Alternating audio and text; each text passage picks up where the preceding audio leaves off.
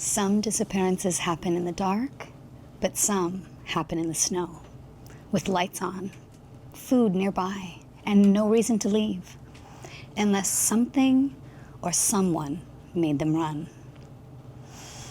If you're new here, I'm Lindsay, and I'm the host of this show, R.I.P. with Lindsay, where we cover some of the most eerie murder cases. It's kind of like a bedtime story, with maybe even a few cheeky guests along the way.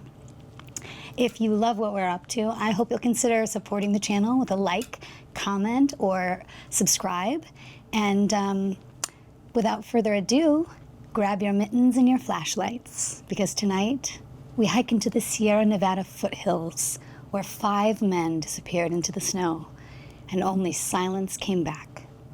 Get ready to rest in peace.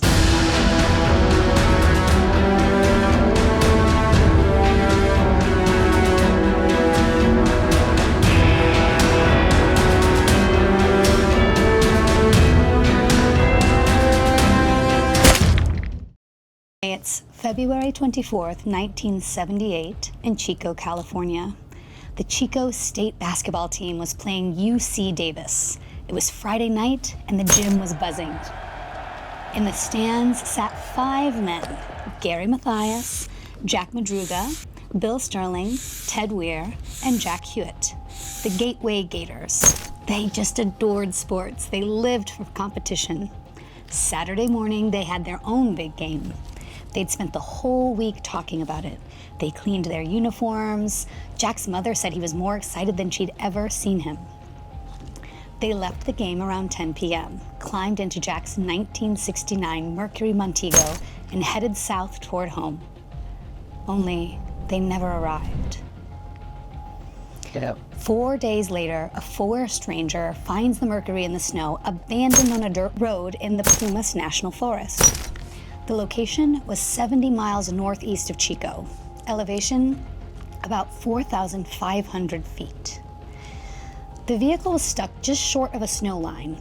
A snowcat, which is a vehicle with treads who can get around in the snow, could get there, but not a sedan. So it didn't make sense how the Mercury ended up there. And to make things even more curious, the Mercury had no signs of damage, no scrapes, no dents, no evidence at all to suspect that it had gone off the road. The keys were gone, the windows were down, and all the doors were unlocked. Here's the scene inside the car. Wrappers from fast food they bought in Chico, burger, fries, milkshake, a program from the basketball game, maps, neatly folded and untouched, and a deputy hotwired the car and it started immediately, meaning the gas tank had gas in it. All the systems were functioning properly. So the question was simple. Why stop here? Where are the passengers from this vehicle? And how are 5 men gone without a trace? Let's do a deep dive into the men that were missing. Let's begin with Jack Madruga. He was the owner of the car. He was a U.S. Army veteran, and he had a slight learning disability. Some of his friends described him as serious and careful. He would not drive in the mountains. He told his mother it made him nervous. He hated the cold. If they were on this road, someone else was likely driving. Moving on to Bill Sterling, he was a deeply religious and sweet-natured man. He was never confrontational. He often deferred to Jack and Ted for decisions, and he suffered from developmental disabilities that made him very trusting. Then we have Ted Weir, who was tall, affable, and gentle. He worked in a sheltered workshop, absolutely hated the cold, once panicked when he was locked outside for just 15 minutes. And under no uncertain terms would he have willingly wandered into the snow unless he had no choice at all. Then we have Jack Hewitt. He was the baby of the group, affectionate and deeply bonded to Ted. He had trouble communicating complex thoughts, but always showed up for the Gators. Finally, Gary Matias. He was sort of a wild card, a schizophrenic, but highly functioning. He had a history of psychotic episodes, but was on medication and was considered stable. He did, however, have violent outbursts in the Army, but friends would tell him he could charm you if you get to know him. He is the only one that was never found. So let's talk about the circumstances surrounding this disappearance. The road where the car was found was basically a logging path, so rarely traveled in winter at all, and certainly not traveled by just regular visitors of the area. This would be very, very hard to get to. At this particular time, winter in Sierra Nevada, the temperatures dropped to sub-zero at night. This road in particular was surrounded by dense forest, steep slopes, and high ridges. Nearby snowdrifts reached 5 feet deep. Between the car and the Forest Service trailer, there were over 19 miles of rugged terrain. Think no marked trails, no signs of civilization, icy inclines, streams, wildlife, actual wildlife. This is their home kind of wildlife. They had no flashlights, no heavy jackets, and no boots. Only light sweaters and street shoes. It wasn't just cold, it was deadly cold. On June 4th, the thaw finally revealed the horror. Ted Weir's body was found in a Forest Service trailer 20 miles from the car. Ted had broken a window to get into this Forest Service trailer. Inside was enough canned food to last months, yet only a few tins were opened. There was a working propane tank, blankets, even matches. And yet, Ted died of starvation and hypothermia. He had lost up to 100 pounds, and a full-grown beard indicated that he was alive and surviving for 8 to 13 weeks.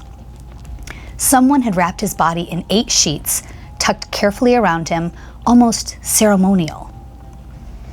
A note about the forensics: his feet were frostbitten so badly that he had likely stopped walking. His shoes? Nowhere to be found. Just Gary Matias's shoes were left behind in the trailer. Did Gary give his shoes to him? Did Gary take off in the snow without his shoes? No answers, just more questions. Moving on to the bodies of Jack Madruga and Bill Sterling. They were found 4.5 miles back toward the car. One was face down, curled into himself. The other had been torn apart by animals. They likely died of exposure to the elements trying to walk back, or were too far gone to make it. Then there was Jack Hewitt. His spine was found 2 miles from the trailer, scattered. His body was partially buried by snow. No cause of death was ever determined based on the condition of the body, but like the others, hypothermia is assumed.